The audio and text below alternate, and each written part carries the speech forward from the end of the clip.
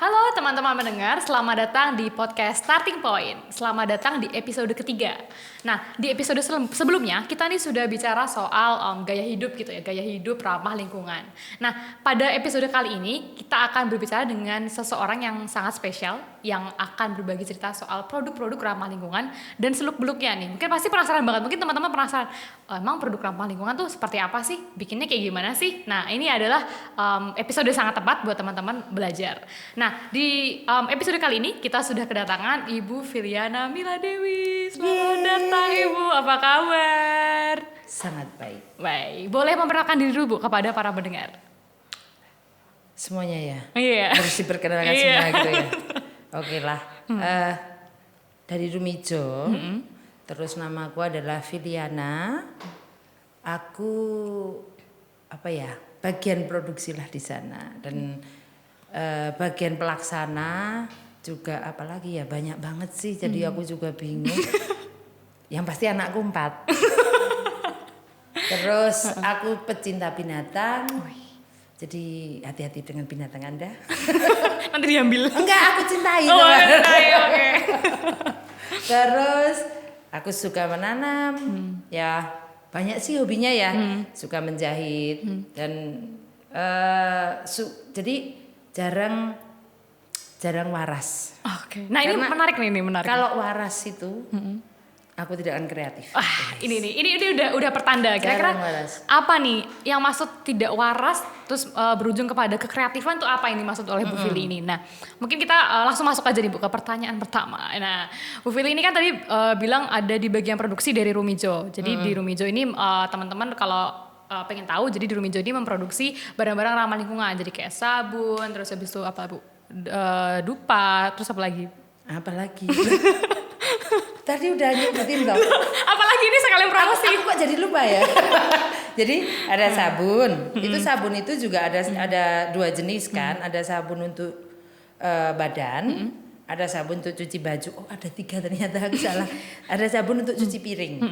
Nah, di situ semuanya diproduksi sendiri. Karena keprihatinan kami atas bungkus-bungkus. Sebenarnya yang pertama membuat aku berpikir tentang kenapa sih aku harus bikin gitu. Itu yang aku pikirkan adalah bungkusnya. Sebenarnya bukan karena produk itu punya kimia sintetis. Pertama tuh nggak pikiran ke situ. Cuma yo carane aku tuh nggak tahu kalau harus lagi mengolah sampah kayak gitu tuh kayak capek ya. Jadi aku harus menghilangkan sampah yang ada di otakku. Sampah-sampah yang akan diproduksi. Jadi sampah yang ada di otak itu ternyata lebih banyak. Ternyata itu menggunung, kayak gunung es. Di atas itu cilik, besar gitu kan di bawah. Nah, bagaimana caranya kita itu mengendalikan dan menyadari bahwa akan ada sampah-sampah lagi. Ya kayak gitu terus. Ya udahlah, kita belajar bikin sabun mandi sendiri, bikin sabun cuci baju sendiri, bikin sabun cuci piring sendiri, bahkan tarik lagi ke belakang dulu tahun 2008 waktu itu rumahku aku masih jadi kontraktor, masih kaya. Jadi kontraktor itu maksudnya aku pindah-pindah ngontrak Mbak gitu loh. Jadi kontraktor zaman dulu tahun 2008 itu aku ngontrak agak di perkotaan gitu. Nah di situ tuh nggak ada tanah yang terbuka. Jadi semuanya di paving semuanya. Pernah sih berpikir tentang karena ada kucing nih yang datang, dia bawa tikus gitu kan. Karena aku sering kasih makan. Jadi gini, karena aku pecinta kucing, ada kucing liar, bukan liar punya tetangga kali, nggak tahu lah. Pokoknya kucing datang tak kasih makan, dia kasih hadiah ke aku. Hadiah kucing kan tikus mati. Aku terima kasih dong. Tapi kan aku gak bisa makan. Begitu kucing, udah aku terima kasih. Kucing terima kasih ya, kamu baik sekali dan bla bla bla bla. Kucingnya pergi, udah kasih ke aku. Terus aku harus kubur kan, di mana nguburnya gitu. Aku harus buka paving 1. Besoknya dikasih lagi. Dan itu tuh ini gimana sih? Terus kasus yang lain adalah pernah ada sampah itu nggak diambil selama seminggu. Itu sudah numpuk di depan, bau, ya kan, cetro. itu yang dihasilkan adalah bau-bauan alami. Kalau Anda pernah membaui, itu adalah bau-bau paling alami yang pernah terjadi. Nah dari situ tuh kayak ini kalau tidak diatasi, kalau aku harus buang, jadi tidak ada yang ngambil, akhirnya aku harus buang ke tempat sampah sementara kan, namanya apa sih, TPA yo, TPA apa? TPS. Oh, TPA, oke ya, yo, yang itu, yang TPS. Ternyata di sana itu ada tulisan, kalau buang sampah di sini bayar segini, belai, mana nih, gimana nih caranya gitu kan? Kita harus bayar per buang di situ dan harus cepet-cepetan. Kalau enggak, kan itu pakai kayak truk itu kan yang diangkut itu. Udah penuh, udah hilang, besok lagi dan ini udah numpuk lagi ya. Dari situ aku belajar bagaimana ini harus ada pemilahan. Dulu cuma 2, organik dan tidak organik. Nah udah, yang organik itu gimana caranya? Karena ternyata kalau kita sadari, yang organik itu ternyata 70% dari sampah yang kita hasilkan, mungkin lebih malahan. Jadi dari situ bagaimana mengolah sampah organik. Belajar lagi nih, bicara nih gitu kan. Oh, dibikin kompos. Cara bikin kompos harus punya komposter. Komposter harus beli dan mahal. Bagaimana caranya bikin murah, gitu kan? Belajar lagi ternyata aku lihat-lihat lagi, belajar dari internet juga. Yang itu yang kotak apa sih? Taka apa sih? Enggak tahu itu. Yang kotak itu aku bikin tempat komposter sendiri. Terus dari situ mengolah sampah organik karena saya juga suka nanam. Nah itu bisa juga aku pakai untuk menanam. Nah yang tidak organik tak taruh di luar, ternyata tukang sampahnya itu lebih seneng. Karena aku udah milah nih jadi 2, kertas dan plastik. Jadi itu enak waktu itu, udahlah gitu. Belajar lagi. Untuk memilah yang plastik ini ada lagi dipilah lagi ternyata. Yang plastik sekali pakai, yang benar-benar dibuang sama yang botol atau apapun yang masih bisa di daur ulang atau di recycle ya. Nah dari situ tuh akhirnya aku tahu bahwa ternyata kita bisa membuang sampah kita tanpa harus membayar. Kalau sampah kita dipilah. Sampai sekarang itu kulakukan. Tapi sekarang lebih banyak kantong-kantong lagi. Jadi dari situ belajar lagi sih bagaimana mengolah sampah. Begitu. Oke, berarti tadi pertanyaannya apa? Jawab banget. Iya, tadi kan pertanyaannya kayak mulai dari mana gitu kan. Oh iya. Itu udah sudah terjawab. Aman ya. Oke. Berarti itu adalah starting point gitu atau titik mula dari Bu Fili mulai berangkat dari keresahan diri sendiri ya Bu sebenarnya. Iya, resah dan gelisah. Tapi ini resah dan gelisahnya disalurkan dengan cara yang benar gitu dalam arti menjadi satu solusi dari bagaimana mengatasi agar sampah ini nggak jadi mengganggu, biar nggak jadi masalah buat kita sendiri juga. Nah, terus tadi udah berangkat dari memilah sampah, terus kok kemudian beralih ke menghasilkan produk-produk yang dari sampah nih Bu? Itu mulainya dari kapan membuat produk-produk ini dan awalnya produknya bikin apa dulu Bu? Pertama itu waktu itu aku pindah rumah dari agak kota jadi Patang Puluhan dulu aku, terus sekarang pindah di daerah Kasongan itu sampai sekarang masih di sana. Pertama itu di sana itu prihatin banget dengan tak pikir ya kalau pindah agak ke lebih kampung atau lebih desa gitu kan, orang-orang pasti lebih aware nih terhadap lingkungan. Ternyata malah lebih enggak. Karena belakang rumahku tuh Kalimbedok itu justru orang itu malah buang sampahnya langsung di sungai dan itu sedikit shock, enggak cuma sedikit sih, banyak shocknya sampai nangis loh.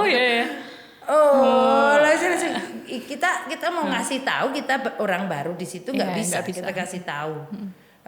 Terus kalau enggak dibuang ke sungai, dibuang ke kebun tetangga dan itu di sekitar kami. Waktu itu aku punya anjing masih kecil gitu, pulang-pulang bau sampah, bau sampah. Ini kamu dari mana gitu kan? Ternyata dia ngorek-orek sampah yang ada di sebelah gitu kan.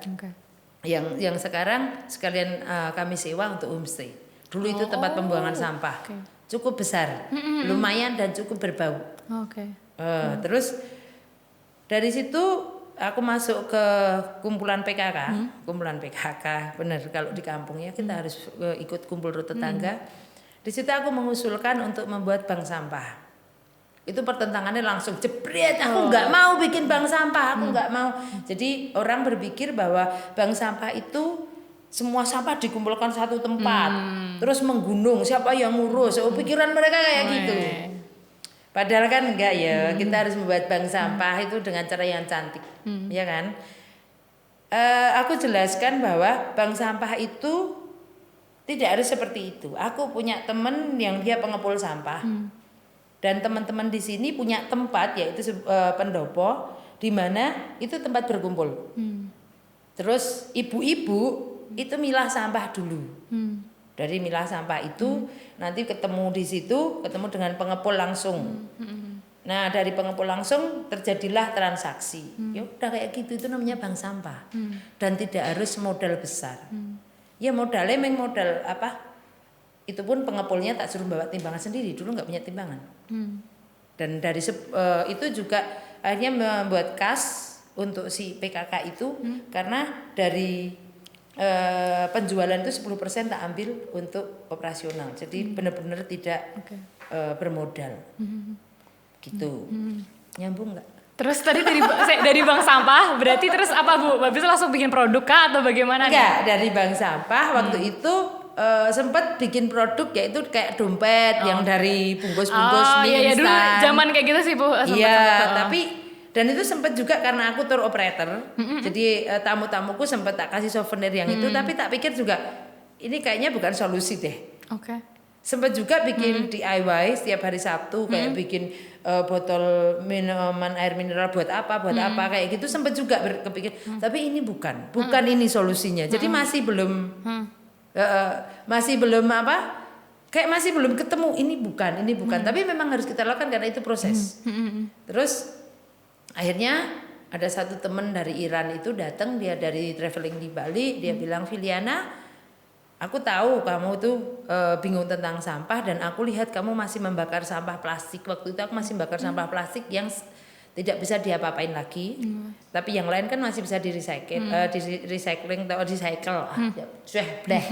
Terserah lah. Pokoknya tahu. Maksa banget ya. Pokoknya harus tahu. Waktu itu dia bilang, ini plastik ini karena kalau dibakar itu berbahaya. Kamu masukkan aja ke dalam botol, nanti kamu kunci di situ. Masih cuek gitulah. Oke, ya. Oke, ya, fine. Terus akhirnya aku melakukan melakukan dulu sendirian. Tidak ada temannya, kasihan ya masih sendiri gitu. Tapi setelah aku melakukan dan asik aku melakukan, anak-anakku ikut. Anak-anakku ikut. Mama bikin apa sih? Oh, bikin ini loh, asik. Oh ya gitu. Nah, dari situ kalau Pak Jos itu bagian riset, dia bagian belajar, aku bagian pokoknya yang pakai tenaga. Aku kayak nggak ada waktu, kayak terlalu sibuk ngurusi rumah, ngurusi anak dan ngurusi yang lain, itu kayak nggak ada waktu untuk buka YouTube atau buka apa di internet apa, itu bagiannya Pak Yos. Terus dia kasih harusnya begini mah. Oh ya, jadi dia bagian belajar tentang kalau plastik dibakar jadinya apa, kalau ini oke. Jadi itu kita saling melengkapi di situ. Jadi produk pertama adalah usul untuk bank sampah. Terus? Yang kedua adalah EcoBrick. Oke, EcoBrick. Terus setelah dari EcoBrick itu apakah langsung produksi juga Bu yang tadi kayak misalnya sabun gitu-gitu? Atau butuh waktu lama juga untuk bisa apa yang lebih lagi? Itu butuh waktu kepepet. Kepepet apa? Jadi dari tadi pemilahan sampah itu membuat malas kan. Jadi milah sampah itu nggak gampang, sebenarnya gampang, tapi yang membuat tidak gampang adalah kemalasannya. Nah, bagaimana kita memerangi kemalasan? Ya seharusnya kita nggak produksi sampah, biar kita tidak harus memilah sampah, biar kita tidak harus mengelola sampah. Bagaimana caranya tidak produksi sampah? Ya kita berarti harus mengurangi bungkus-bungkus produk-produk yang sekali pakai. Nah, biar caranya kayak gitu. Terus kita mulailah kita cari-cari kayak workshop apa di mana. Nah, mulailah dari situ kita ikut workshop untuk bikin sabun, kita mulai belajar bikin sabun kayak gitu. Ya itulah mulai di situ. Dan pertama kali nggak kepikiran untuk dijual sama sekali. Yuk kita cuma itu tadi tujuannya biar karena kemalasan. Jadi sebenarnya mengolah sampah itu dari kemalasan sih. Jadi kalau Anda itu malas mengolah sampah, jangan pernah memproduksi sampah. Wis kuwi. Intine bolak-balik gitu kan. Jadi kalau kita malas mengelola sampah, memilah sampah, ya jangan produksi. Ya itu. Nah, bagaimana tidak produksi? Berarti pakai yang ramah lingkungan. Nah, wis gitu. Intinya di situ. Oke. Kena. Oke. Berarti apa ya? Awalnya dari nggak kesengajaan, lalu menjadi, tapi justru malah menjadi menghasilkan sesuatu yang sangat berharga gitu ya, Bu. Menurut saya menarik sih. Dan kalau tadi berdasarkan cerita dari Bu Fili sendiri, sebenarnya berarti inspirasinya berasal dari lingkungan sekitar dong, Bu. Maksudnya untuk bisa akhirnya dari tadi bikin bank sampah, terus kemudian bikin produk selanjutnya, itu berarti nggak ada inspirasi tertentu dong, itu hanya mungkin observasi.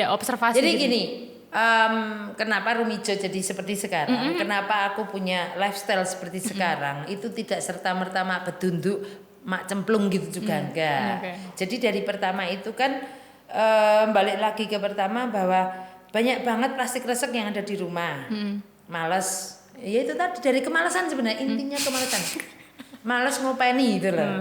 Jadi kak plastiknya kayak banget buat apa sih gitu. Harus tak lipet-lipet. Itu punya effort sendiri, punya waktu sendiri, punya tenaga sendiri hanya untuk melipeti plastik, memilah dari yang warna putih, warna hitam, yang besar, yang kecil. Kayak gitu. Terus harus dipakai lagi. Tapi dari awal sih kita punya kesadaran bahwa plastik harus dipakai lagi. Jadi kadang juga itu aku bawa ke pasar, aku bawa ke aku berlangganan apa di situ, tak kasih plastik. Ini di rumah masih kering. Jadi kalau plastiknya masih bagus, kering dan tidak harus disetrika ya. Tidak harus disetrika, oke. Jadi tidak harus halus nggak apa-apa, tapi kering, kering dan tidak bolong. Itu aman. Kita bisa sedekahkan itu ke yang lain. Cuma bagaimana itu kan yang sudah terlanjur sudah ada, ya yang belum ada ya tadi caranya kayak gitu.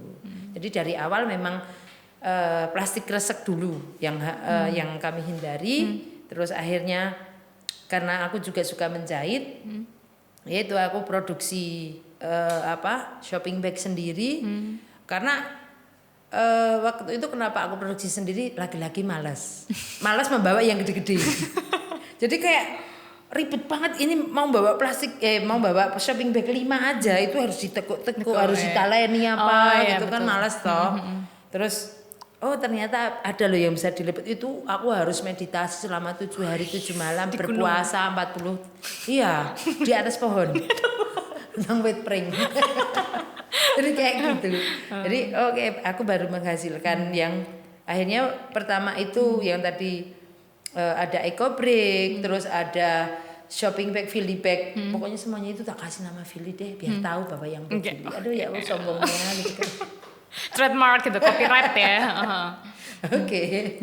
Oke, berarti sebenarnya awalnya ketidaksengajaan tapi justru berbuah manis gitu ya. Dan sebenarnya tujuannya memang bukan untuk dijual, tapi lebih untuk diri sendiri ya, lebih menjadi satu kebiasaan, jadi satu gaya hidup yang lalu kemudian disebarluaskan juga gitu ya. Atau itu sebenarnya awalnya apakah Bu Fili ada intensi juga, misalnya habis bikin kayaknya banyak nih saya jual-jualin aja, atau memang ada permintaan gitu Bu dari sekitar? Enggak. Kasihan ya aku udah bikin nggak ada yang mau. Bukan gitu. Jadi sebenarnya waktu itu aku bikin sendiri dan aku pede memakainya. Kemana-mana aku tak bawa, kemana-mana.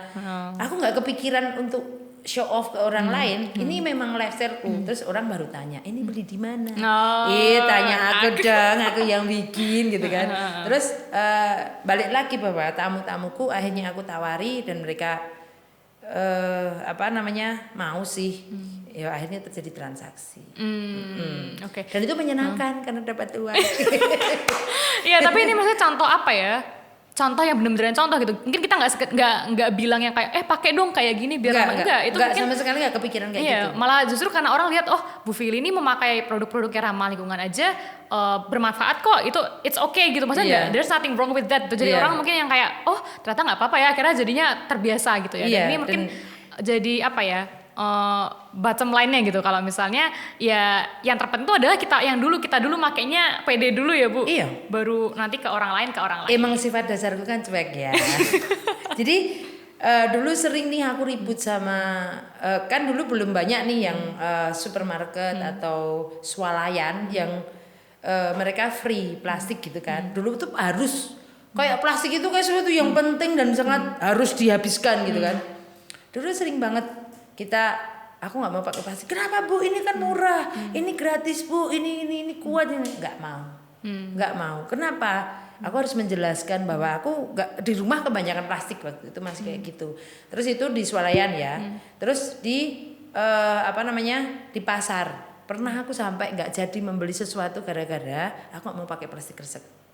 Jadi waktu itu aku harus membeli empon-empon yang itu cetok, reget, kotor ya. Jadi di situ orangnya bilang, kalau nggak mau pakai plastik nggak mau tak layanin. Aku langsung pergi. Terus orangnya, Bu beli nggak jadi? Nggak jadi katanya nggak dilayani. Ya udah kayak gitu. Jadi tapi kalau sekarang kalau aku udah kayak nggak ada waktu lagi deh kalau harus jelasin lagi mulai dari awal kayak energinya itu udahlah itu udah beberapa tahun yang lalu aku harus sangat bersemangat untuk apa yang harus aku lakukan. Sekarang tuh jadi udahlah kamu nggak usah banyak tanya kayak gitu, sudah sampai kayak gitu. Sekarang itu kalau di pasar kalau aku membeli sesuatu dan orang itu kan refleks ya pasti kasih plastik, aku cuma bilang gini, misal harga 15.000 mau po tak bayar 10.000 jadi langsung potong 30%.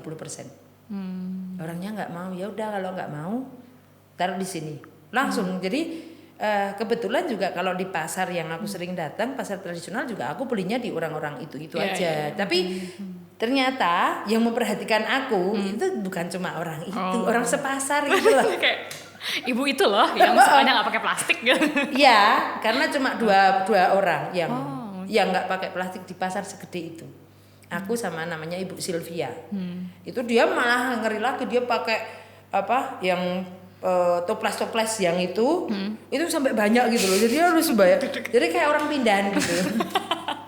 Terus aku bilang, kalau beli kan kadang ketemu kan kita di pasar gitu. Kalau dia itu suaminya orang asing.